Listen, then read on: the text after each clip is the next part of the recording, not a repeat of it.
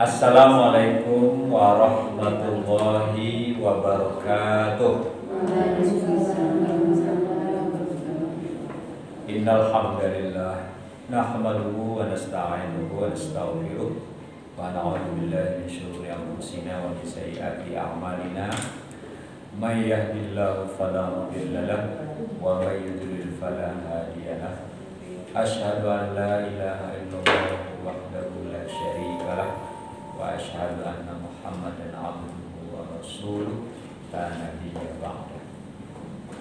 Kita baca sama-sama doa untuk kita semakin paham agama ini. Rabbis shrahli sadri wa yassirli amri wahlul 'uqdatam min lisani yafqahu qawli.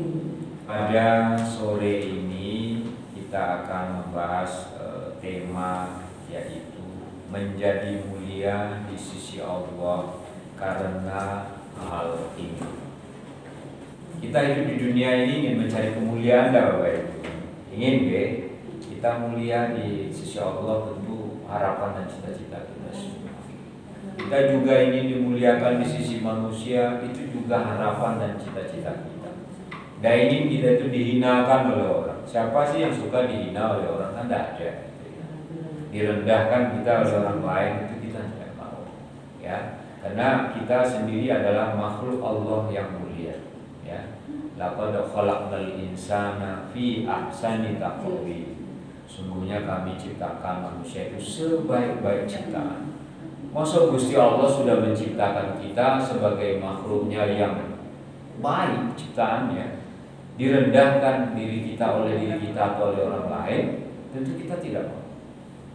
Sehingga kemuliaan itu adalah cita-cita kita semua.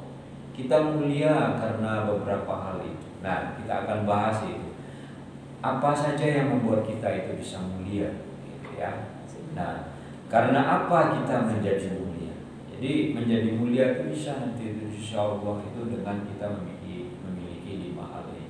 Insya Allah kita bisa memiliki ini, ya. Tinggal kita berusaha, berupaya yang meraih di 5 cara ini paling tidak. Tentu saja banyak cara-cara yang lain, ya. Tapi untuk menjadi mulia di sisi Allah itu karena 5 hal ini. Yang pertama itu apa? Kita mulia di sisi Allah karena taat kepada perintah Allah. Jadi orang-orang yang mulia itu di sisi Allah adalah karena dia taat kepada Allah, ya. Kalau taat kepada Allah sebagai seorang muslim, kita tentu tahu apa kewajiban-kewajiban kita. Kita diperintahkan sholat, kita laksanakan sholat. Kita diperintahkan puasa, kita laksanakan puasa. Kita diperintahkan haji, kita laksanakan haji. Kita diperintahkan bayar zakat, kita laksanakan bayar zakat itu. Kenapa? Karena itu adalah bentuk dari ketaatan kita kepada-Nya. Dan mulia kita itu karena taat. Makanya orang yang sholat kan disebutkan inna sholata tanha anil fahsya'i wal munkar. Sholat itu mencegah perbuatan keji dan munkar. Berarti orang-orang yang sholat itu pasti orang baik. Itu.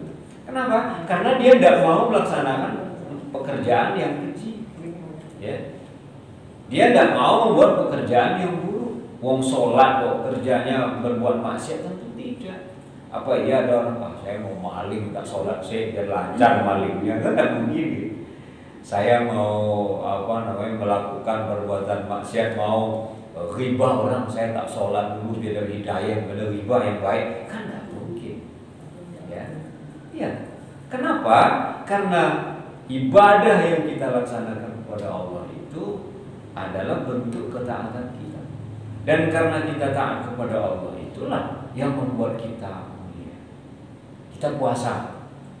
Kalau puasa kan tidak hanya menahan diri dari lapar dan haus itu, tapi menjaga mulut, lisan kita, menjaga mata, menjaga pendengaran kita, gitu. Sehingga kalau kita menjadi orang yang puasa itu menjadi orang yang soleh. Mau menceritakan hubungan orang lain, enggak lah, saya puasa. Masa saya kurangi nilai puasa saya karena saya mengolok-olok orang, menghina orang, menceritakan keburukan orang. Hendaklah saya jaga mulut saya, karena puasa itu bukan hanya perut, tetapi juga anggota tubuh yang lain. Nah, ketaatan itu yang membuat kita mulia. Sehingga orang yang puasa dia akan lebih soleh dan solehah, ya, timbang orang yang tidak puasa. Ini khususnya puasa Ramadan, ya. Kalau puasa sunat tentu saja ibu-ibu yang puasa sunat monggo, yang Senin Kemis puasa. Bukan berarti yang tidak puasa Senin Kemis tidak soleh gitu ya. Lain halnya puasa Ramadan udah ada halangan untuk puasa, tapi dia tidak puasa. Nah, ini orang-orang berarti dengan sengaja dia tidak puasa. Nah, jadi ingat, yang pertama ya, yang membuat kita menjadi mulia di sisi Allah, mulia karena taat kepada perintah Allah. Disuruh Allah apa saja dan perintah-perintahnya itu kita laksanakan. Disuruh kita misalnya birrul walidain, apa itu? Berbuat baik kepada orang tua. Kita taat kepada orang tua. Ibu, coba ibu perhatikan, banyak berseliweran video-video jemaah haji misalnya. Ada orang jemaah haji yang menggendong ibunya saat tawaf. Ibu lihat deh, kita melihat aja terharu loh, hanya lihat video gitu ya. Ada orang-orang yang saat ibadah haji itu ibu itu digendong kayak gitu kan, di belakang, tapi digendong di panggung seperti ini sambil tawaf gitu. Membawa badan sendiri ya sudah buat gitu. Tapi demi taat kepada orang tua, karena dia tahu bahwa surga itu adalah di kaki ibu. Ketaatan kepada ibu itu adalah ketaatan yang akan mendatangkan surga kepadanya. Nah, itu orang yang taat kepada Allah itu. Kenapa? Karena dia tahu bahwa orang-orang yang durhaka kepada orang tua itu adalah orang yang berbuat dosa. Makanya salah satu hadis Nabi itu, sebesar-besar dosa besar itu selain menyekutukan Allah yang tidak ada ampunannya, ada beberapa lagi, yaitu salah satunya apa? Uququl walidain. Itu dosa besar, durhaka kepada orang tua. Pak, saya dulu kadang sudah berbuat dosa sama orang tua saya. Ustaz, saya berdosa, tapi orang tua saya sudah meninggal, nggak coba minta maaf. Tidak ada masalah itu. Tinggal kita selalu doakan orang tua. Lakukan amal ibadah yang kita kerjakan, niatkan untuk ayah dan ibu kita yang sudah meninggal. Idul Kurban, ibu berkurban untuk ayah ibunya, silakan, nggak apa-apa. Ya, kurban untuk ayah ibu kita yang sudah meninggal, boleh. Ya, akan sampai pahalanya kepada. Oh, mereka sudah meninggal belum haji, boleh haji. Badal kan hajinya, badal kan ya, ada orang yang menggantikan haji. Kalau kita sendiri boleh dengan catatan kita sudah haji gitu. Dia sudah meninggal, enggak apa-apa.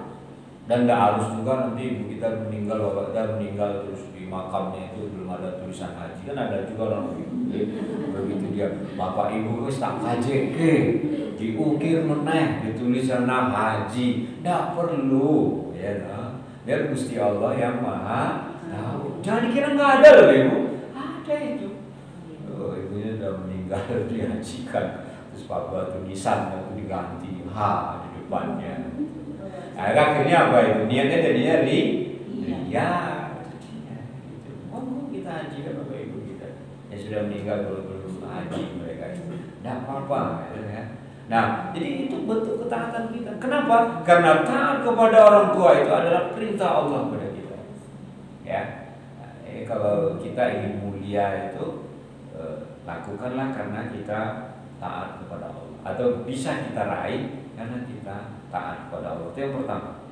Lalu yang kedua, ya, menjadi mulia di sisi Allah itu adalah mulia karena kita meneladani Rasulullah.